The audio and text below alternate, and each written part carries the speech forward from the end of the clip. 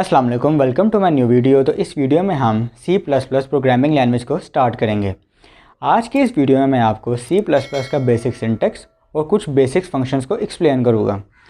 C++ के लिए हम VS कोड को इस्तेमाल करेंगे, जिसके अंदर हम उसका कोड लिखेंगे।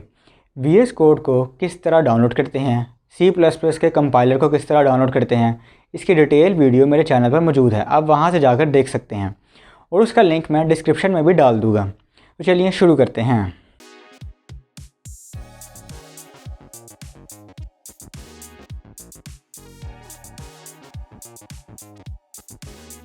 तो सबसे पहले मैंने यहाँ पे VS कोड खोल लिया है और यहाँ पे C++ की एक फ़ाइल बना ली है।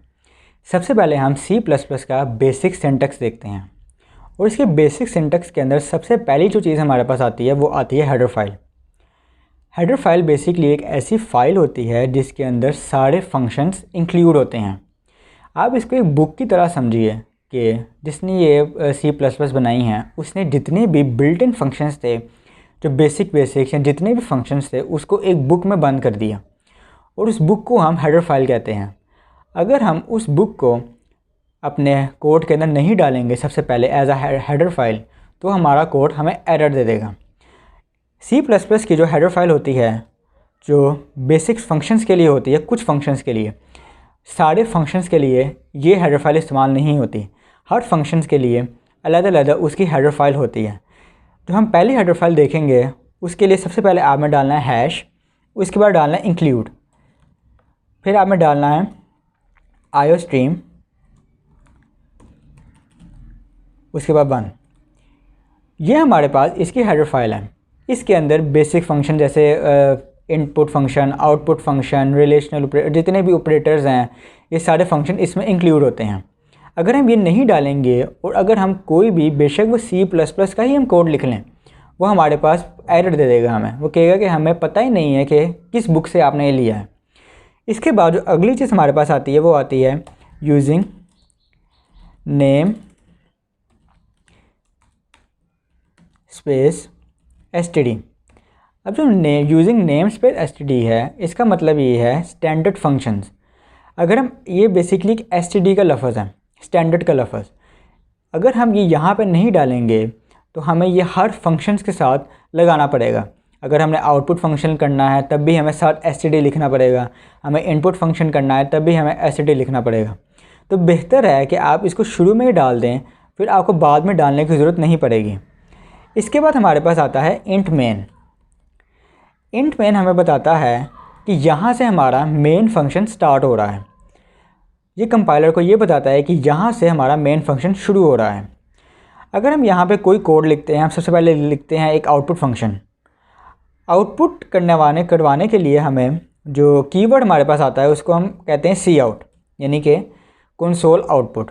कि ये इसमें जो चीज़ हम जैसे लिखेंगे वैसे के वैसे ये आउटपुट स्क्रीन में प्रिंट हो जाएगी। इसके लिए सबसे पहले हमें डालना है सी आउट, उसके बाद लेस देन के 2 सिंबल्स, फिर डबल कोट। डबल कोट का मतलब है कि इसके अंदर आप जो भी अल्फ़ाबेट डालेंगे, कोई स्टेटमेंट लिखेंगे, वो एज इट इज़ वैसे की वैसे नीचे प्रिंट हो जाएगी। ऐसे मैं लिखता हूँ हेलो वर्ल्ड। अब मैंने हेलो वर्ल्ड लिखा तो ये एज इट इज़ वैसे प्रिंट हो जाएगी। अब हमने ये स्टेटमेंट लिख ली, इसके एंड पे हमने एक स्टेटमेंट टर्मिनेटर डालना है, जिसे हम सेमीकोलन भी कहते हैं। ये कंपाइलर को ये बताता है कि ये स्टेटमेंट यहाँ पे एंड हो रही है, यानी कि इसके आगे कुछ भी नहीं चलाना। अब यहाँ पे स्टेटमेंट ख़त्म हो गई है। ये स्पेसिफिक स्टेटमेंट, पूरा कोड नहीं, सिर्फ एक स्पेसिफिक स्टेटमेंट, ये जो सी आउट की स्टेटमेंट है, यहाँ पे एंड हो गई है। इसके बाद हमें डालना है रिटर्न 0। अगर आप रिटर्न 0 नहीं भी डालते तो आपका कोड परफेक्ट रन करेगा ही करेगा, लेकिन अब बेहतर है कि डाल लें ताकि कंपाइलर को पता लग जाए कि यहाँ पे हमारा ये पूरा जो कोड है ये यहाँ पे एंड हो रहा है। क्योंकि अब मोस्टली IDEs के अंदर ये रिटर्न 0 अगर हम नहीं भी डालें तो हमारा कोड चलता है, क्योंकि कंपाइलर्स को पता होता है कि कहाँ पे हमारा कोड एंड हो रहा है और कहाँ से हमारा कोड शुरू हो रहा है। अब अगर हम इसको सेव करके रन करें तो हमारे पास as it is hello world print हो जाएगा। ये रन हो रहा है, यहाँ पे हमारे पास as it is hello world print हो गया है, कोई और चीज़ प्रिंट नहीं हुई। अगर हम यहाँ से सेमीकोलन हटा दें, हमने यहाँ से सेमीकोलन हटा दिया, अब यहाँ पे ये हमें एरर दे देगा। एरर हमें क्या देगा? Syntax error. सॉरी हमने सेव नहीं किया इसे। अगर हम इसको सेव करके दोबारा रन करेंगे तो हमें ये एरर दे देगा। एरर इसने दिया हमें सिंटैक्स एरर। अब एरर क्या होता है, उसकी कितनी टाइप्स होती हैं, ये हम अगली वीडियो में देखेंगे। मैं आने वाली वीडियोज़ के अंदर एरर्स के बारे में भी एक्सप्लेन करूँगा। अब देखिए हमने यहाँ पे स्टेटमेंट टर्मिनेटर नहीं डाला। जब कंपाइलर ने प्रोग्राम शुरू किया, उसने देखा हेडर फाइल है, उसने देखा इंट मेन फंक्शन शुरू हो रहा है, वो सी आउट पे आया, उसने देखा कि ये आउटपुट फंक्शन है, उसमें हेलो वर्ल्ड प्रिंट हुआ है, लेकिन एंड पे स्टेटमेंट टर्मिनेटर नहीं है, उसको पता ही नहीं चला कि ये एंड पे ख़त्म कहाँ पे हो रही है। तो अगर हम ये नहीं डालेंगे तो हमारे पास ये हमें एरर दे देगा। अगर हम इसको डालेंगे, इसको हम सेव करेंगे तो हमारा कोड फिर से सही तरीके से रन करना शुरू हो जाएगा। हमारे पास इसने फिर हेलो वर्ल्ड प्रिंट करवा दिया है। अब अगर हम ऊपर मैंने आपको बताया था कि अगर हम हेडर फाइल नहीं डालते, अगर हम इसको मिटा देते हैं, हमने इसको मिटा दिया, हमने इसको सेव किया, अब ये हमें फिर एरर दे देगा। ये कहेगा कि सी आउट आपने कहाँ से लिया है, सी आउट का तो हमें पता ही नहीं है, ये हमने किस बुक से ली है। तो इसके लिए हमारे पास ये हेडर फाइल होती है जो हमें बता रही होती है कि ये कंपाइलर को बेसिकली बता रही होती है कि यहाँ पे आपने ये वाला जो सी आउट है या फिर आगे सीन आएगा, ऑपरेटर्स आएंगे, वो यहाँ से हमने इस बुक से हमने लिए हैं, तो अब इसको रन करें।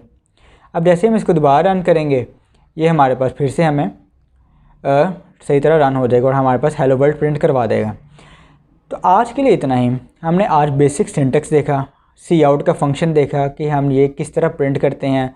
आप सी आउट के अंदर कुछ भी लिखेंगे, ये ज़रूरी नहीं है कि आप हेलो वर्ल्ड लिखें, आप खाली हेलो लिखेंगे, आप कोई भी अपना नाम लिखेंगे, वो सही तरीके से वैसे का वैसे ही प्रिंट हो जाएगा, इसमें कोई मसला नहीं। लेकिन अगर आपने कोई स्टेटमेंट लिखनी है तो ये याद रखिएगा कि वो आपने डबल कोट्स के अंदर ही लिखनी है। अब डबल कोट्स अगर नहीं यहाँ पे डालेंगे, ये हमें फिर सिंटैक्स एरर दे देगा, क्योंकि C++ जो है वो एक केस सेंसिटिव लैंग्वेज है। केस सेंसिटिव का मतलब ये होता है कि इसकी जैसे सी आउट है, अब इसका सी कैपिटल नहीं लिख सकते, पूरा सी आउट कैपिटल नहीं लिख सकते, ये भी आपको स्मॉल ही लिखना पड़ेगा। अब ऊपर हैश इंक्लूड है, इसमें एक आई भी आप कैपिटल नहीं लिख सकते। जैसे अगर आप यहाँ पे दिखाओ, देखें यहाँ पे मैंने अगर डबल कोट्स नहीं डाले तो इसने मुझे एरर दे दिया था। अगर मैं यहाँ पे हैश नहीं डालूँगा या फिर अगर इसको मैं सेव करूँ तो ये मैं इसको दोबारा रन करूँ, ये मुझे फिर एरर दे देगा, क्योंकि सी लैंग्वेज जो है वो एक केस सेंसिटिव लैंग्वेज है, यानी कि इसमें हर एक चीज़ को देखा जाता है। आप आई बड़ा लिखेंगे, आप एन बड़ा लिखेंगे, आप हैश नहीं डालेंगे, कोई एक चीज़ भी अगर आपने मिस कर दी तो इसने हमें एरर दे देना।